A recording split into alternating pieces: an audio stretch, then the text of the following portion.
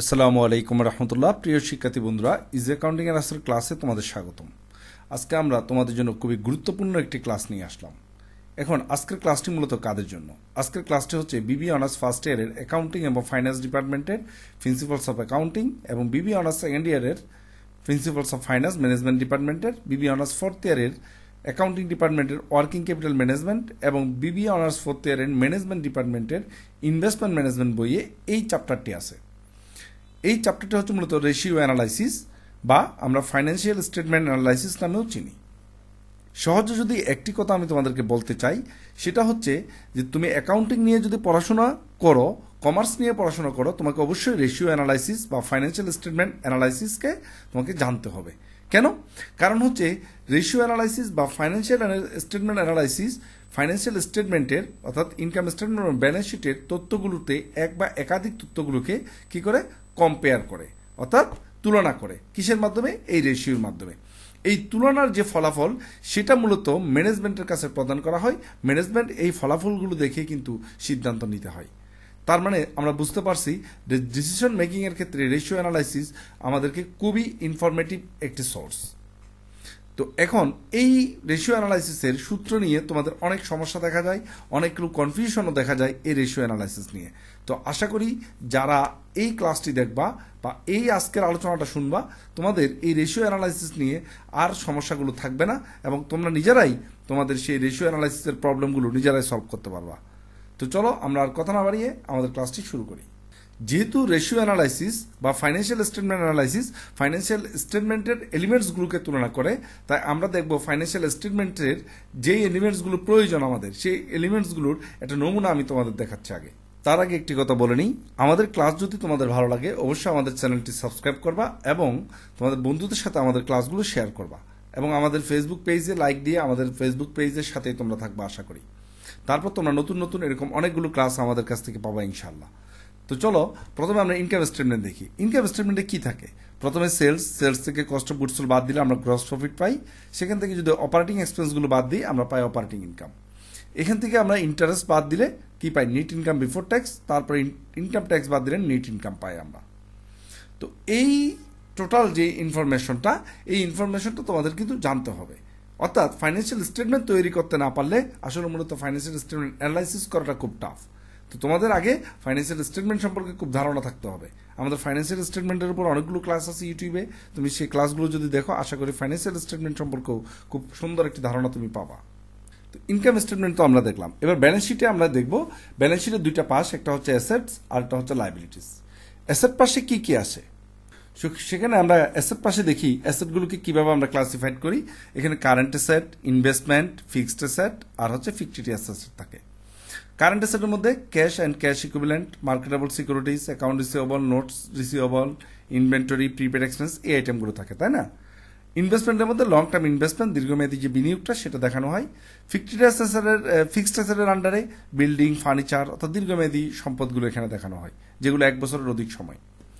ফিকটিটিয়াস অ্যাসেটে হচ্ছে যেগুলো আমাদের ভুয়া সম্পত্তি বা কাল্পনিক সম্পত্তি সেগুলো দেখানো হয়, সেগুলোর নামটাও দেখতে পাচ্ছ।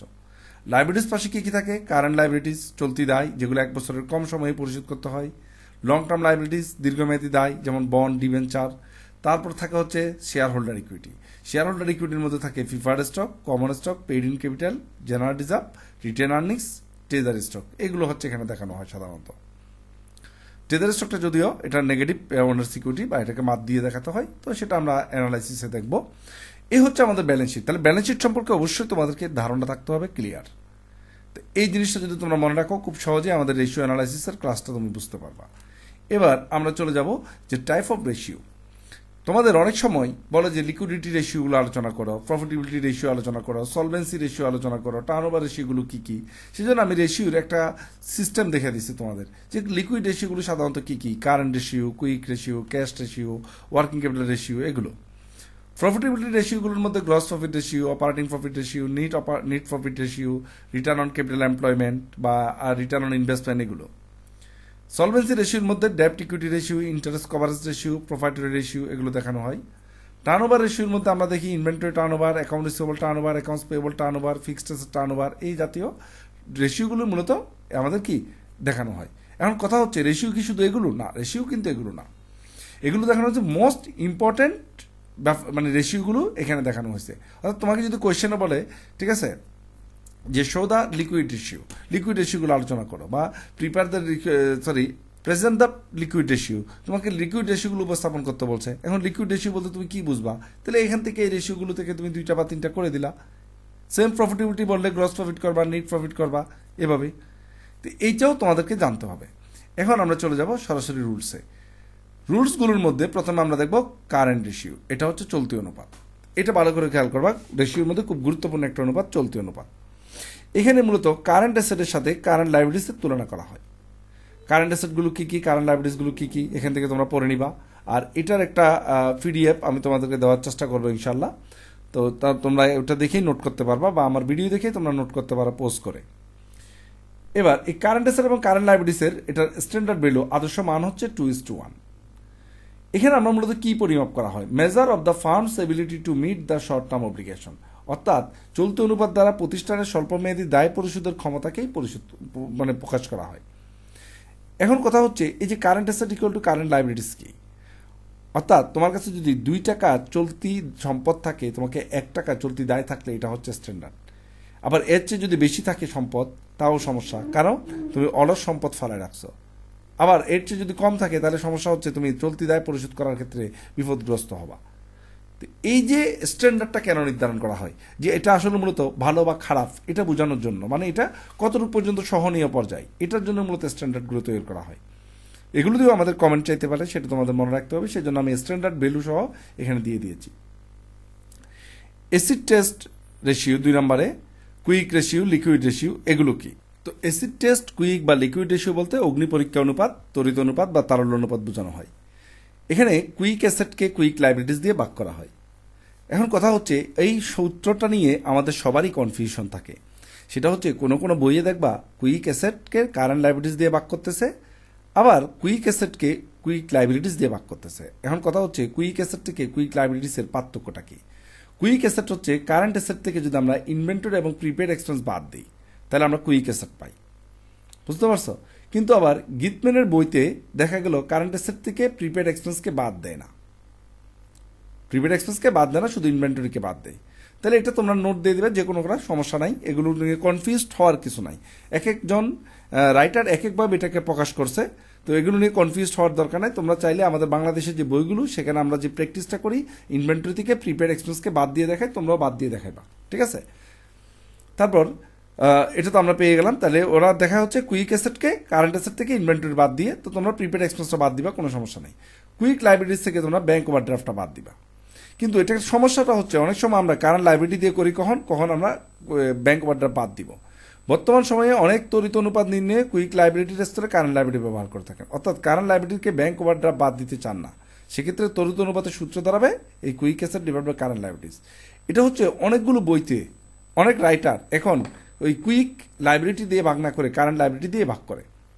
এক্ষেত্রে ব্যাপার হচ্ছে, অনেকে মনে করেন ব্যাংক থেকে যদি ওভারড্রাফট হয়, সেটা সাধারণত সহজে পরিশোধ করা লাগে না, কারণ এটা তো সুদ আসতেছে, তাই না? সেজন্য এই দৃষ্টিকোণ থেকে আবার অনেকে মনে করেন না, ওভারড্রাফটটা দ্রুত পরিশোধ করে অ্যাডজাস্ট করে নিতে হবে, কারণ এটা সুদের হার বেশি থাকে। এই দৃষ্টিকোণ থেকে দুজনে এই কাজটা করে, মানে কেউ কারেন্ট লাইবিলিটি দিয়ে করে, কেউ কুইক লাইবিলিটি দিয়ে করে। তো কেউ যদি কারেন্ট লাইবিলিটি দিয়ে করে তাও অঙ্ক হবে, কেউ কুইক লাইবিলিটি দিয়ে করলেও তাও অঙ্ক হবে, তবে এটা নোট দিয়ে দিবা। এই অনুপাতটায় মূলত আমাদের আদর্শ মান হচ্ছে 1:1, স্ট্যান্ডার্ড ভ্যালু 1:1। এখানে মূলত আমরা মেজার করি কি, তড়িৎ অনুপাত দ্বারা প্রতিষ্ঠানের তাৎক্ষণিক চাহিদা মাত্র দায় পরিশোধের ক্ষমতা। এখানে হচ্ছে 1 বছরের মধ্যে দায় পরিশোধের ক্ষমতা বোঝানো হয় কারেন্ট রেশিওতে, আর কুইক রেশিওতে মূলত তৎক্ষণাৎ যে কোনো সময় কি পরিমাণ দায় পরিশোধের ক্ষমতা আছে সেটা বোঝানো হয়। আশা করি ক্লিয়ার ব্যাপারটা। তোমাদের যদি সুপার কুইক রেশিও, ক্যাশ অথবা অ্যাবসোলিউট রেশিও যদি কখনো বলে, এটা একটা ক্যাশ রেশিও। এখানে ক্যাশ অ্যান্ড ক্যাশ ইকুইভ্যালেন্ট, এটা দেখবা ক্যাশ অ্যান্ড ক্যাশ ইকুইভ্যালেন্ট, আর কারেন্ট লাইবিলিটিস দিয়ে ভাগ করবা। ক্যাশ ইকুইভ্যালেন্ট কি? Cash in hand, cash at bank, marketable securities, অর্থাৎ যে কোনো সিকিউরিটি আমরা যদি সাথে সাথে বিক্রি করে দেওয়ার মতো এবিলিটি থাকে, এমন সিকিউরিটিসগুলো এখানে লিখবো আমরা। এটার আমাদের স্ট্যান্ডার্ড মান হচ্ছে 0.5:1, অর্থাৎ 0.5 যদি ক্যাশ অ্যান্ড ক্যাশ ইকুইভ্যালেন্ট থাকে আর 1 টাকা চলতি দায় থাকলে সমস্যা হয় নাই, ঠিক আছে এটা। তারপর measure of proportion of the liquid cash to current liability, আমাদের বলছে অতি দ্রুত অনুপাত দ্বারা কোনো প্রতিষ্ঠানের তরল নগদের সাথে চলতি দায়ের অনুপাতের পরিমাণ নির্ণয় করা হয়। অর্থাৎ আমার কাছে কি পরিমাণ ক্যাশ আছে আর কি পরিমাণ চলতি দায় আছে সেটা মূলত এখানে বোঝানো হয়। তো আশা করি তোমরা এই সূত্রগুলো ভালো করে বুঝতে পারবা। এরপর আমরা চলে যাব পরের স্লটে। পরের স্লটে আমরা দেখব working capital ratio, net working capital ratio বা নিট কারেন্ট অ্যাসেট রেশিও, যেটাকে আমরা কার্যকরী মূলধন অনুপাত বলতে পারি। কার্যকরী মূলধন অনুপাত আমরা বলতে পারি এটাকে। কার্যকরী মূলধন অনুপাতের সূত্র হচ্ছে net working capital divided by current liabilities.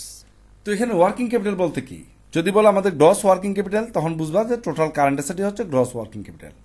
R NEET working capital বের করতে হবে কেমনে, টোটাল কারেন্ট অ্যাসেট থেকে যদি আমরা কারেন্ট লাইবিলিটিস বাদ দিই তাহলে নিট ওয়ার্কিং ক্যাপিটাল আসবে। আর সেই নিট ওয়ার্কিং ক্যাপিটাল উপরে লিখে কারেন্ট লাইবিলিটিস দিয়ে ভাগ দিলে আমরা ওয়ার্কিং ক্যাপিটাল রেশিওটা পেয়ে যাব। এটার স্ট্যান্ডার্ড ভ্যালু হচ্ছে 1:1 স্ট্যান্ডার্ড মান। এখানে আমরা মূলত কি প্রকাশ করি, এখানে প্রকাশ করে দেয় measure of ability meet up the day to day needs of business. এখানে আমাদের মূলত বিজনেসের নিত্য প্রয়োজনীয় যে দায়টা আছে সেটা পরিশোধের ক্ষমতা বোঝানো হয়। এই নিট কার্যকরী মূলধন অনুপাত দ্বারা কোনো প্রতিষ্ঠানের দৈনন্দিন কার্যাবলী পরিচালনার জন্য প্রয়োজনীয় মূলধন সরবরাহের সামর্থ্য পরিমাপ করা হয়। বুঝতে পারছো? 4 নম্বরে আমরা দেখব অ্যাকাউন্ট রিসিভেবল টার্নওভার রেশিও, দেনাদার আবর্তন অনুপাত। এই দেনাদার আবর্তনের সূত্র হচ্ছে net credit sales divide by average net receivable. Net credit sales কিভাবে পাবা, টোটাল ক্রেডিট সেলস থেকে যদি সেলস রিটার্ন সেল ডিসকাউন্ট বাদ দাও তাহলে নিট ক্রেডিট সেলস পাবা। আর সেলস রিটার্ন সেল ডিসকাউন্ট না থাকলে যেই সেলসটা দেওয়া থাকবে কোয়েশ্চেনে সেটাই মূলত নিট ক্রেডিট সেলস থাকবে। আর এভারেজ নিট রিসিভেবল মানে opening account note receivable, opening account receivable যোগ করে এখান থেকে closing note receivable, closing account receivable যোগ করবা। করার পর দুইটাকে আমরা যদি যোগ করে 2 দিয়ে ভাগ দিই তাহলে আমরা কি পাবো, এখানে এভারেজ নিট রিসিভেবল পাবো।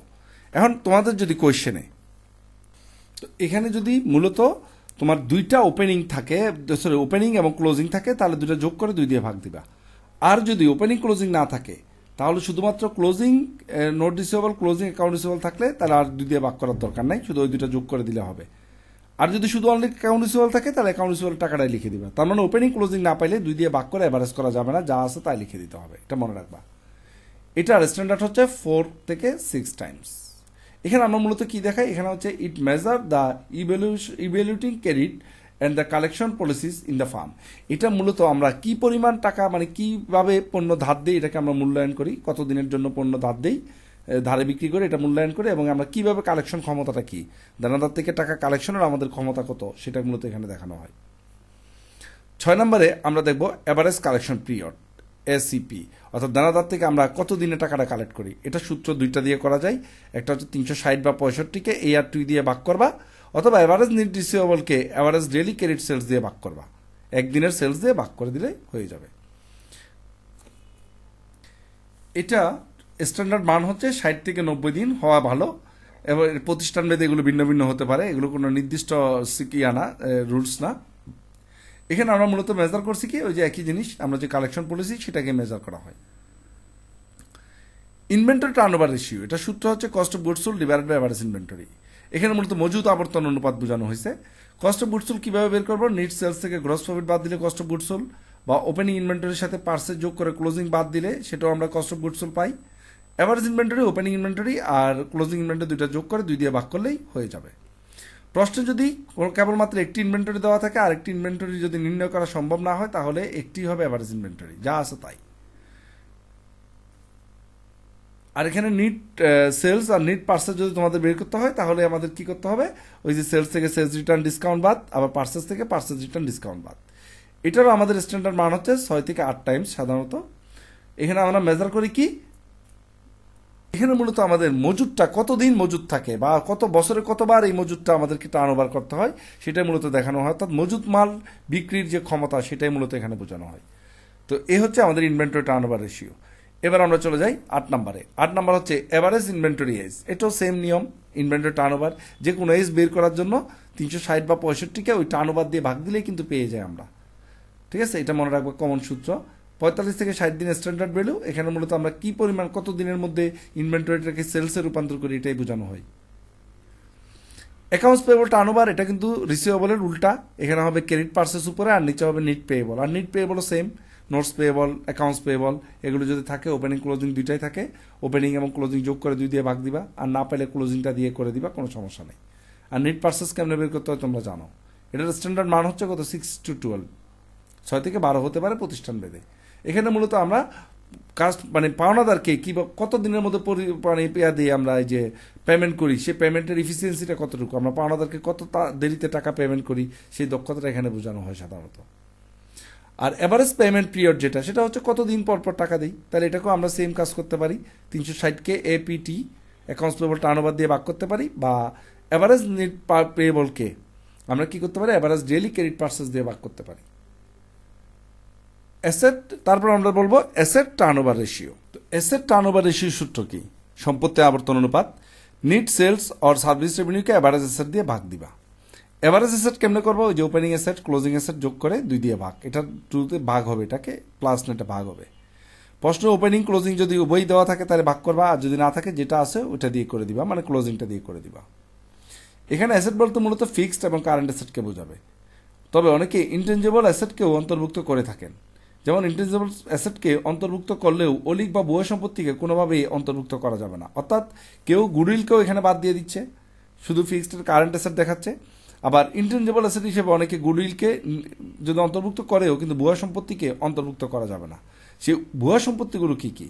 ভুয়া সম্পত্তি যেমন প্রিলিমিনারি এক্সপেন্স, প্রাথমিক খরচাবলী, ডিফার্ড অ্যাডভার্টাইজমেন্ট, বিলম্বিত বিজ্ঞাপন, ডিসকাউন্ট অন শেয়ার, শেয়ারের বাট্টা, ডিবেঞ্চারের বাট্টা, discount on notes payable, underwriter commission, retained earnings, profit and loss অ্যাকাউন্টের ডেবিট ব্যালেন্স, এগুলো যদি থাকে এগুলো হচ্ছে ভুয়া সম্পত্তি।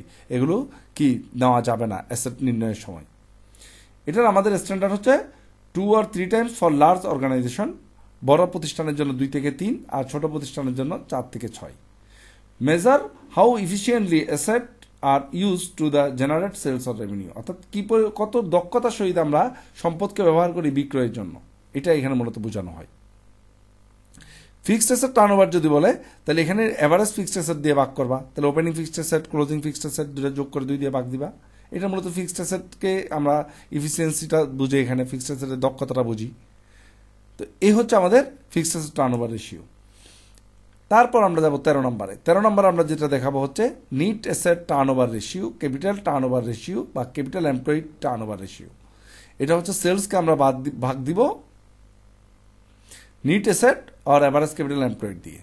নিট অ্যাসেট আর ক্যাপিটাল এমপ্লয়েড বলতে টোটাল অ্যাসেট থেকে কারেন্ট লাইবিলিটিসটা আমরা কি দিব, বাদ দিব।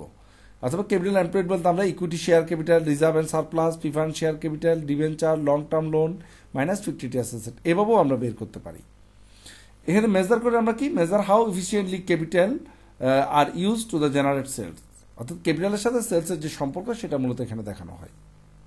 এগুলোর জন্য আবার স্ট্যান্ডার্ড ভ্যালু নাই তেমন একটা, এগুলো প্রতিষ্ঠান ভেদে ভিন্ন হয়। স্ট্যান্ডার্ড ভ্যালুগুলো আসলে এক এক প্রতিষ্ঠান এক এক রকম নির্ধারণ করে থাকে, এটা প্রতিষ্ঠানের যারা নীতি নির্ধারক তাদের উপর ডিপেন্ড করে। 14 নম্বর আমরা দেখব গ্রস প্রফিট রেশিও।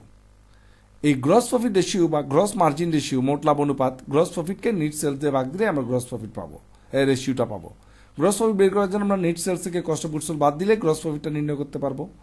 এটা সাধারণত স্ট্যান্ডার্ড হচ্ছে 20 থেকে 30%, আর এটা মূলত গ্রস প্রফিট ইনকামের যে ক্ষমতা সেটা প্রকাশ পায় এখান থেকে। তারপর নিট প্রফিট অনুপাত, এটাও সিমিলার, নিট ইনকামকে সেলস দিয়ে ভাগ দিবে, 100 দিয়ে গুণ করবা। এটার আমাদের স্ট্যান্ডার্ড হচ্ছে 5 থেকে 10%, আর এটা নিট প্রফিট জেনারেট করার ক্ষমতাকে বোঝানো হয়। এগুলো তোমরা একটু পরে নিলে বুঝতে পারবা। অপারেটিং রেশিও যদি চাই তাহলে এখানে কস্ট অফ গুডস সোল্ড আর অপারেটিং এক্সপেন্স যোগ করে সেলস দিয়ে ভাগ 100 দিয়ে গুণ করলে হয়ে যাবে। রিটার্ন অন অ্যাসেট বা রিটার্ন অন ইনভেস্টমেন্ট যদি চাই তাহলে হবে EAT divided by average asset. এখানে গিটম্যান এন্ড কাইসু উভয়ই একই সূত্র দিয়ে এভারেজ অ্যাসেট বলতে মানে একই সূত্র ব্যবহার করছে ওপেনিং অ্যাসেট বা ক্লোজিং অ্যাসেট দিয়ে। অনেকে এখানে ইএটি এর জায়গায়, এই যে ইএটিটা আছে, ইএটির জায়গায় ইবিআইটিকেও ইউজ করা হয়। তো সেক্ষেত্রে এখন আবার নতুন করে গিটম্যান কাইসু, যেহেতু ওনারা বড় বিখ্যাত রাইটার, ওনারা আবার ইএটি দিয়েই করতেছে এই রিটার্ন অন অ্যাসেটটা, তোমরা ইএটি দিয়ে করবার সমস্যা নেই। এটা হচ্ছে তোমার সম্পদের উপর আয়ের হারকে বোঝানো হয়। রিটার্ন অন ইকুইটি হচ্ছে শুধুমাত্র মূলধনের উপর আয়ের হার কি। তাহলে এখানে কে আমরা এভারেজ কমন স্টক দিয়ে ভাগ করলেই পেয়ে যাব। Common stock equity share capital, reserve, surplus এবং মাইনাস ফিক্টিটিয়াস অ্যাসেট, এই ফিক্টিটিয়াস অ্যাসেটটা মাইনাস হবে, মনে রাখবো তোমরা। 19 নম্বরে আর্নিংস পার শেয়ারের সূত্র হবে EACS divide by number of common stock. EACS number of common stock. EACS মানে হচ্ছে earnings available for common stock share, অর্থাৎ আমাদের আয় থেকে সকল খরচগুলো বাদ দেওয়ার পর যেটা থাকে সেটা হচ্ছে earnings available for common stock share holder. প্রশ্নে ফিফা ডিভিডেন্ড না থাকলে সকল সূত্রে ইএসিএস এর স্তরে ইএটি হবে, অর্থাৎ ফিফা ডিভিডেন্ড যদি না থাকে কোনো অঙ্কে তাহলে আমরা ইএসিএস যে কথা ইএটি হতে কি কথা, ফিফা ডিভিডেন্ড যেহেতু নাই। তো এটা তোমরা মনে রাখবা। নেক্সট আমরা দেখব pay out ratio. Pay out ratio যদি বলে তাহলে এখানে ক্যাশ ডিভিডেন্ডকে ইএসিএস দিয়ে ভাগ করবা। ক্যাশ ডিভিডেন্ড বা ইএসিএস অথবা ডিপিএস ডিভাইডেড বাই ইপিএস, এটা দিয়ে ভাগ করলে তোমরা পেয়ে যাবা। প্রাইস আর্নিং রেশিও খুবই গুরুত্বপূর্ণ। এটাকে মার্কেট প্রাইসকে আমরা আর্নিংস পার শেয়ার দিয়ে ভাগ করলে আমরা কি পাবো, এখানে প্রাইস আর্নিং রেশিও পাওয়া যাব। আরেকটা গুরুত্বপূর্ণ হচ্ছে ডেপ্ট ইকুইটি রেশিও। এটার অনেকগুলো ফরমেশন হয়। একটা হচ্ছে টোটাল ডেপ্ট বেসিস। তাহলে এখানে টোটাল ডেপ্টকে আমরা নিট ওর্থ বা প্রোপ্রাইটরি ফান্ড বা ইকুইটি ফান্ড দিয়ে ভাগ করব। টোটাল ডেপ্ট বলতে বোঝানো হয়েছে কারেন্ট ডেপ্ট এবং লং টার্ম ডেপ্ট, চলতি দায় এবং দীর্ঘমেয়াদী দায়। আর ইকুইটি ফান্ড, প্রোপ্রাইটরি ফান্ড বা নেট ওর্থ বলতে এখানে বোঝানো হয়েছে equity capital, reserve, retained earnings, preference share capital minus fictitious asset. অর্থাৎ নিট ওর্থ তুমি যেখানে ইউজ করবে না কেন সেখানে ফিক্টিটিয়াস অ্যাসেটটা মাইনাস করতে হবে। অনেকে ফিফার স্টক ক্যাপিটালকে নিট অর্থের মধ্যে না ধরে টোটাল ডেপ্টের মধ্যে অন্তর্ভুক্ত করার পক্ষে মত দিয়ে থাকেন। যেটাই হোক, নোট ব্যবহার করা ভালো। অর্থাৎ এটা অনেকেই ডেপ্টের মধ্যে ফিফার শেয়ারকে নিয়ে আসে, তবে এটা না করাই ভালো। নিট অর্থের মধ্যে ফিফার শেয়ারকে রাখা ভালো, কারণ এটা হচ্ছে ইকুইটি বা এটা একটা মালিকানা সত্ত্বের আইটেম। তাই এটারও আমাদের স্ট্যান্ডার্ড ভ্যালু দেওয়া আছে। এখানে আমরা মূলত কি প্রকাশ করি, এখানে বলছে measure the relative proportion of the total liabilities and equity two finance the farm asset. ফার্মের অ্যাসেটের মধ্যে লাইবিলিটিসের কত টাকা, টোটাল লাইবিলিটিসের কত টাকা দাবি বা কি পরিমাণ দাবি, এবং ইকুইটির মালিকানদের কি পরিমাণ দাবি, এটাই মূলত এখানে দেখানো হয়। আবার ডেপ্ট ইকুইটি রেশিও শুধুমাত্র লং টার্ম ডেপ্ট দিয়ে বোঝানো হয়, অর্থাৎ এখানে শুধু লং টার্মটা আসবে, কারেন্ট লাইবিলিটি আসবে না। আবার কারেন্ট লাইবিলিটি দিয়েও একটা ডেপ্ট ইকুইটি রেশিও বোঝানো হয়। এখন যদি তোমার কোনো অঙ্কে কোনোটাই না বলে, তাহলে তুমি প্রথমে এই যে টোটাল ডেপ্টের যে অংশটা সেটা করাটাই সবচেয়ে যৌক্তিক। বইয়ে দেখবে যে এগুলো অনেক সূত্র ইউজ করছে, তোমরা কনফিউজড হয়ে যাবা। তো কিছু না বললে তোমরা সবসময় কি টোটাল ডেপ্ট দিয়ে করবা। তারপর আমরা 25 নম্বরে দেখবো ডেপ্ট রেশিও বা ডেপ্ট টু টোটাল অ্যাসেট রেশিও। তাহলে উপরে টোটাল ডেপ্ট আর নিচে টোটাল অ্যাসেট। টোটাল ডেপ্ট মানে এখানে মূলত আমাদের কি বোঝানো হবে, লং টার্ম ডেপ্ট আর কারেন্ট লাইবিলিটি, এই দুইটা যোগ করলেই টোটাল ডেপ্ট পেয়ে যাব। আর টোটাল অ্যাসেট তো তোমরা জানোই, টোটাল অ্যাসেটের মধ্যে ফিক্সড অ্যাসেট থাকলে এখানেও বাদ দিতে হবে। অর্থাৎ total asset, fixed asset, total asset, net worth, এগুলো যেখানেই করো না কেন ফিক্সড অ্যাসেট কোনোভাবে এগুলোতে রাখা যাবে না। এরপর প্রোপ্রাইটরি রেশিও, এটা একটা গুরুত্বপূর্ণ রেশিও। এখানে মূলত নিট ওর্থকে আমরা টোটাল অ্যাসেট দিয়ে ভাগ দিব। নিট ওর্থ মালিকানা সত্ত্বকে টোটাল অ্যাসেট দিয়ে আমরা ভাগ দিব। মালিকানা সত্ত্বের আলোচনা তো আগে করেছি আমরা। তারপর আমরা যখন ক্যাপিটাল গিয়ারিং রেশিও বলবো, তখন ক্যাপিটাল গিয়ারিং রেশিও সূত্র হচ্ছে fixed income bearing capital. Fixed income bearing capital মানে হচ্ছে প্রিফার্ড ক্যাপিটাল এবং ডেপ্ট ক্যাপিটাল। এগুলোকে আমরা কমন স্টক হোল্ডার ইকুইটি দিয়ে ভাগ করবো। তাহলে প্রিফার্ড স্টকটা যখন তুমি উপরে নিবা, এই যে fixed preferred share capital, preference share capital, আর একটা হচ্ছে কি বন্ড ডিবেঞ্চার বা আদার ব্রোয়িং ফান্ড, অন্য কোনো ফান্ড থাকলে সেগুলোকে উপরে লিখে নিচে common stock share holder equity দিয়ে ভাগ করবা। তো আমরা জানি common stock share holder equity নেওয়ার সময় তো প্রিফার্ড স্টকও নিচে আছে, কিন্তু এখানে আবার প্রিফার্ড স্টকটাকে নিচে রাখা যাবে না, যেটা আমরা এখানে বলে দিছি। নিট ওর্থ, প্রোভাইডারি ফান্ড বা ইকুইটি ফান্ড টার্মটি ব্যবহার করা হয়েছে, যার মধ্যে কেউ চাইলে প্রিফারেন্স শেয়ার ক্যাপিটালকে অন্তর্ভুক্ত করতে পারে। ক্যাপিটাল গিয়ারিং ক্ষেত্রে common stock share holder equity টার্মটি ব্যবহার করা হয়েছে, তাই এই জন্য প্রিফারেন্স শেয়ারকে এখানে অন্তর্ভুক্ত করা যাবে না। শুধু প্রিফারেন্স শেয়ার বাদ দিয়ে নিট ওর্থের বাকি অংশটা এখানে লিখে দিবা। দেন তারপর আছে ইন্টারেস্ট কভারেজ রেশিও বা টাইম ইন্টারেস্ট আর্ন রেশিও। এটার জন্য ইবিআইটিকে ইন্টারেস্ট এক্সপেন্স দিয়ে ভাগ দিলেই পেয়ে যাবা এটার রেজাল্টটা। তো এই হচ্ছে টোটাল মূলত আমাদের গুরুত্বপূর্ণ যত রেশিও আছে সেই রেশিওগুলো, এবং এখানে তোমাদের যত কনফিউশন আছে সেই কনফিউশনগুলো দূর করে দেওয়া হলো। আশা করি আজকের ক্লাস দেখার পরে রেশিও নিয়ে তোমাদের কনফিউশনগুলো আর থাকবে না ইনশাল্লাহ। যদি আমাদের ক্লাস ভালো লাগে অবশ্যই তোমরা আমাদেরকে সাপোর্ট করবা এবং আমাদেরকে সাবস্ক্রাইব করবা, কমেন্ট করবা, তোমাদের ভালো লাগাগুলো জানাবা, তোমাদের কোন কোন ক্লাসগুলো দরকার সেগুলো বলবা। আশা করি তোমরা আমাদের কাছ থেকে ক্লাসগুলো থেকে উপকৃত হতে পারবা ইনশাল্লাহ। এখন আমি তোমাদেরকে কিছু গুরুত্বপূর্ণ দফা দেখাবো, যেখানে আমরা মূলত current asset, current liabilities, quick asset, quick liabilities, এই জিনিসগুলো কি এগুলো তোমাদের এখানে এবার আলোচনা করে দেওয়া হয়েছে। তো এগুলো থেকে তোমরা আশা করি উপকৃত হতে পারবে। এগুলো তোমরা নোট করে রাখলে যে কোনো সময় রেশিও নিয়ে কোনো কনফিউশন পড়লে তোমরা এই নোটটা দেখলেই হয়ে যাবে। ধন্যবাদ সবাইকে আমাদের সাথে থাকার জন্য এবং ক্লাসগুলো দেখার জন্য।